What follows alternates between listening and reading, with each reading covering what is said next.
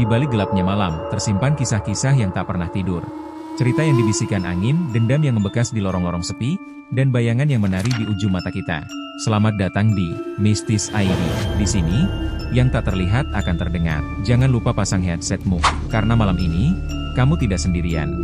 Ada tempat-tempat yang tak hanya menyimpan keindahan, tapi juga menyembunyikan apa yang seharusnya tak pernah ditemukan manusia. Salah satunya adalah Gunung Salak. Tahun 2022, 3 orang pendaki muda, Arif, Dimas, dan Rio, memutuskan untuk naik ke Gunung Salak lewat jalur Cidahu. Mereka bukan pemula. Ini bukan pendakian pertama mereka. Semuanya berjalan biasa.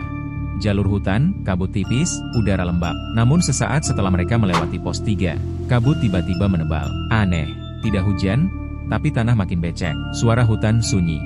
Bahkan suara burung pun tak terdengar. Rio sempat berkata, "Kok kayak hutan ini tiba-tiba nahan napas?" Ya, dan benar. Sejak saat itu, waktu seperti berhenti. Saat mereka berhenti istirahat, Dimas pergi sebentar untuk buang air. Saat kembali, Arif hilang. Hilang begitu saja. Tidak ada suara, tidak ada jejak. Rio panik. Dimas mengelilingi area sejauh 100 meter sambil teriak-teriak. Tapi tidak ada siapa-siapa. Hanya pepohonan yang berdiri seperti sedang mengawasi mereka. Lalu, hal aneh terjadi. HP Rio tiba-tiba menyala sendiri. Buka aplikasi voice recorder. Dan ada rekaman berdurasi 12 menit. Mereka tidak pernah menekan tombol rekam. Isi rekaman, suara langkah kaki, berat, lalu suara Arif, berbisik pelan, "Jangan ikuti suara itu, jangan jawab kalau dia panggil namamu." Dan di detik terakhir suara perempuan tertawa. Sangat pelan, nyaris tak terdengar, tapi dingin, menyusup ke telinga. Seperti bisikan dari balik nisan.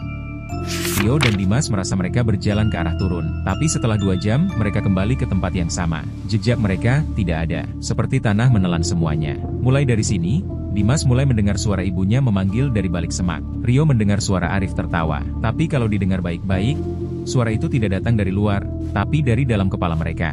Mereka mulai bertengkar. Emosi naik, dan Rio berlari ke arah suara itu. Dimas mengejar. Tapi dia tidak pernah melihat Rio lagi. 3 hari kemudian, tim SAR menemukan Dimas. Sendirian, kakinya luka parah, matanya kosong. Tidak bicara. Yang aneh, ia ditemukan di jalur awal pendakian. Duduk bersila menghadap ke arah gunung. Tapi di tangannya, ia menggenggam ponsel Arif.